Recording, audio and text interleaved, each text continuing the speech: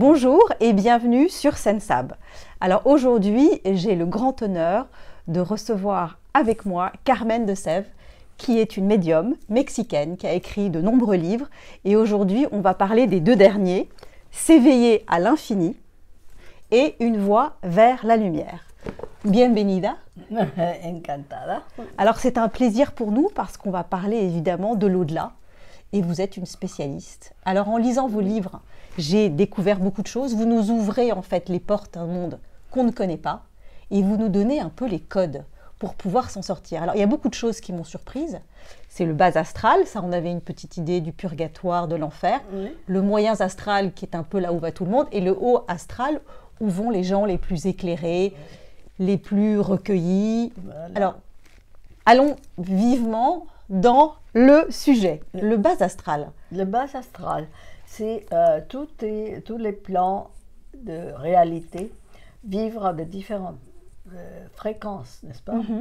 Alors, le bas astral, c'est la partie spirituelle, si vous voulez, enfin spirituelle de l'au-delà, qui appartient tout l'astral appartient à la troisième dimension. Et le bas astral vibre à notre fréquence, ici. C'est-à-dire que quand on meurt, la première chose, bon, on sort du corps et on est au bas astral. Mais si on veut aller à Dieu, si on veut sortir, on va tout de suite au premier plan de l'astral. Alors vous avez dit qu'il y a beaucoup de gens qui sont coincés dans le bas astral. Évidemment, ça a suscité ma curiosité parce qu'il y a beaucoup de gens qui restent coincés et qui ne montent pas vers la lumière. Ben non, parce que on est là où notre pensée est. Alors j'ai une question évidemment. Il y a des personnes qui sont ni des violeurs, ni des assassins, ni des terroristes qui se retrouvent au bas astral parce qu'ils sont en colère. Ou ils sont en colère, ou ils sont surtout attachés. Ils ont des attaches à la famille, à leur pouvoir, à leur argent, à tout ce qu'ils ont quitté. Mais c'est un peu normal d'être attaché à sa famille, à ce qu'on a construit dans sa vie, non? Bon, c'est normal et c'est pas normal parce qu'on ne peut plus rien faire ici. À quoi ça sert de rester?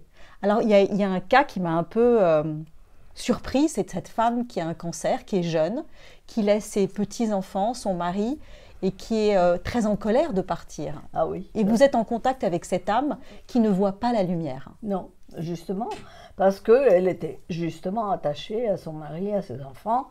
Alors elle était furieuse de perdre sa vie, et elle était là. Mais on n'a pas des circonstances atténuantes dans cette situation? Mais non, c'est-à-dire que c'est la volonté de la personne, c'est les pensées de la personne, n'est-ce pas? Ils veulent rester là parce que je ne veux pas partir, je vais être avec mes enfants, je vais être avec mon mari et je suis furieuse. Alors ce que je fais, c'est que je parle avec eux. Je dis, vous n'avez pas de corps, n'est-ce pas? Personne ne vous voit, personne ne vous entend. À quoi ça sert de rester ici? Vous êtes dans le noir, d'après ce qu'on m'a dit, vous êtes dans le noir et dans le froid. À quoi ça sert de rester? Je vous propose de chercher la lumière. Et en cherchant la lumière, tout de suite, il y a une merveilleuse lumière qui s'ouvre et qui vous amène là où vous devez être, que c'est le monde spirituel, qui est la vraie vie, pas celle-ci. Est-ce que ces personnes qui sont dans le noir et dans le désespoir, qui sont bloquées dans le bas astral, est-ce que c'est elles qui viennent vous chercher ou c'est vous qui finalement les aidez parce que vous les ressentez? Non, il y a beaucoup de circonstances différentes. C'est-à-dire, par exemple, il y a une femme qui vient parce que son mari est mort et qu'elle le sent complètement, tout le temps. Bon, alors là, c'est pas que je le cherche, c'est qu'il est là. D'accord. Il y a d'autres cas où il y a des maisons hantées. Et qui ne peuvent pas se vendre parce que non, on essaie de les vendre, non, ça ne se vend pas. Les gens sentent quelque chose.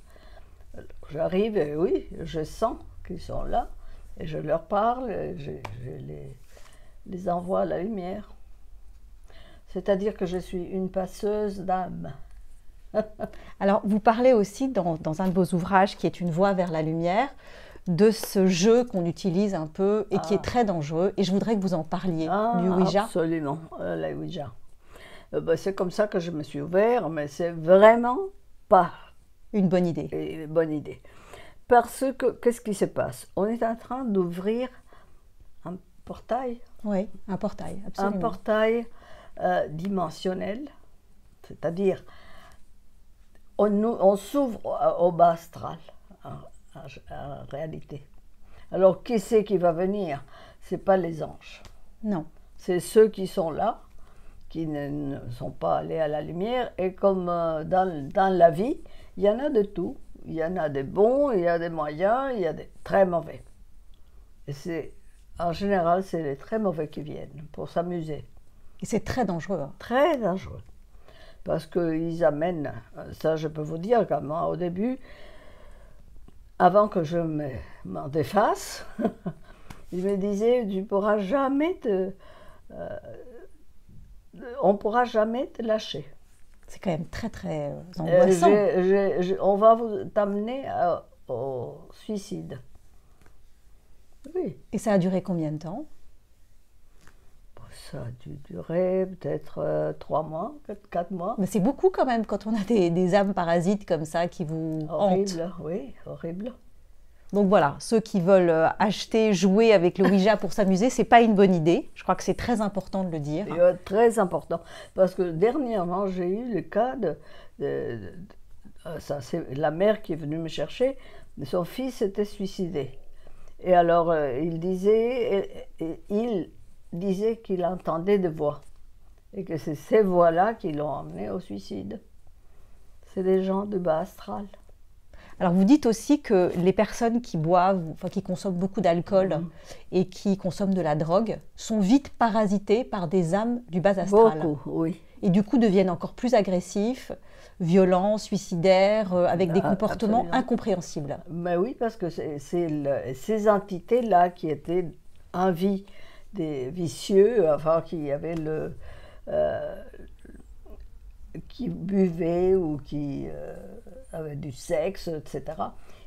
Ils sont dans le bas astral et ils veulent sentir la même chose à travers les vivants. D'accord.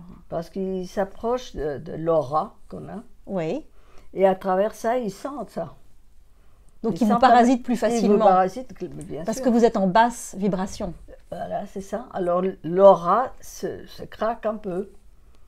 Alors justement, à l'opposé, pour monter en vibration, vous parlez de la force de la prière. Absolument. Alors comment vous pouvez nous décrire cette prière-là? C'est une prière qu'on fait le matin. Est-ce qu'il y a des choses importantes à dire? Est-ce qu'il faut souhaiter des choses particulières? La prière, c'est pas enfin, on croit toujours que la prière, c'est question de demander à Dieu de me donner ci, de me donner ça. C'est pas ça. Non. Enfin, ça devrait pas être ça. C'est de la gratitude. D'abord, c'est la gratitude, c'est d'essayer de se mettre comment dire, méditation. En harmonie avec Dieu. Oui. Oui, la méditation, c'est ça. Qu'est-ce que c'est que la méditation? C'est une forme de plénitude, de sérénité absolue. Oui, parce que c'est arrêter les pensées. Oui, mais si on prie, on pense à quelque chose, non? Ah oui, mais non, je parle de la méditation. La méditation, dans ces espaces entre une pensée et l'autre, on rentre en harmonie avec notre vrai être, notre soi divin. Notre essence, c'est une étincelle de Dieu. Et on rentre c'est comme ça qu'on entre en adéquation? Non, on reçoit, si vous voulez, cette vérité, comme vous dites, cette harmonie, ça c'est la méditation. Quant à la prière, je pense que c'est surtout, comme vous avez déjà dit très bien, remercier. Oui. Remercier. On remercie pas assez en fait. Ah oui, remercier. Et puis accepter. Accepter ce qu'on a. Tous les jours, il y a quand tout ce qui se passe amène un enseignement. Oui. C'est très important, vous parlez de la pensée créatrice. Oui. Ah ben et oui. ça, c'est la que pensée positive. Voilà. Alors, ce n'est pas question de demander. Parce nous, on crée. Notre pensée est créative. Alors, vous parlez aussi beaucoup de la réincarnation. Ah, la réincarnation, je veux dire, je dirais, je dis multi-incarnation. Parce que c'est pas qu'on meurt, on s'en va et on revient. C'est pas ça. Notre soi véritable veut venir se manifester dans le monde physique. Et ce qu'il fait, c'est projeter en plusieurs personnalités, parce que le temps n'existe pas. Oui, le temps ni la distance. Le temps ni la distance existent.